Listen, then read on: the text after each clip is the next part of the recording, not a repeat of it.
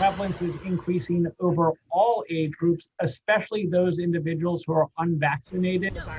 Right now, there's concern over unvaccinated children as Mississippi reports 12 children in the ICU. Good evening, I'm Kim Holden. 10 of those children are on ventilators. Caitlin Rust checked in with our local pediatric experts to see if we're seeing anything similar with the Delta variant taking over. It's the same pattern we've seen over and over again, right?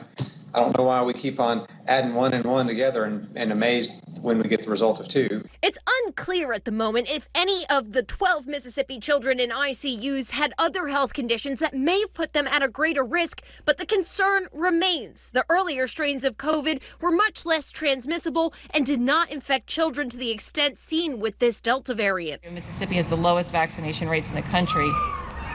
However, New Orleans Health Department Chief Dr. Jennifer Avegno says more young kids are getting the virus around here.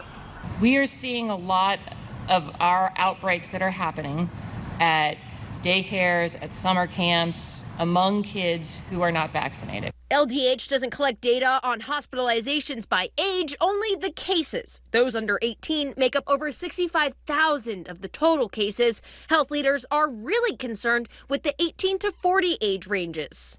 But we, as I mentioned, are seeing a younger population report to the hospital and be admitted to the hospital. So we're seeing younger patients, but we have not seen an increase yet in our children in the hospital. Over at New Orleans Children's Hospital, they do have a handful of COVID patients, a slight increase over the past few weeks, but not something unexpected since Delta is spreading fast among the unvaccinated, which would include kids under the age of 12 right now. However, we're seeing far more patients with other viral diseases such as RSV and parainfluenza.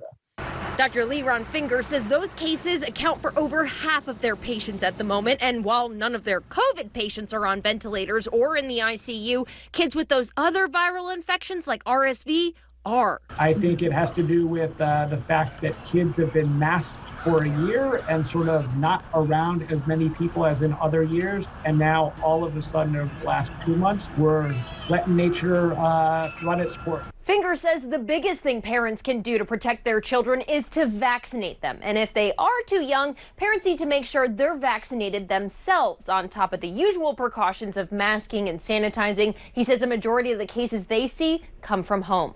Back to you.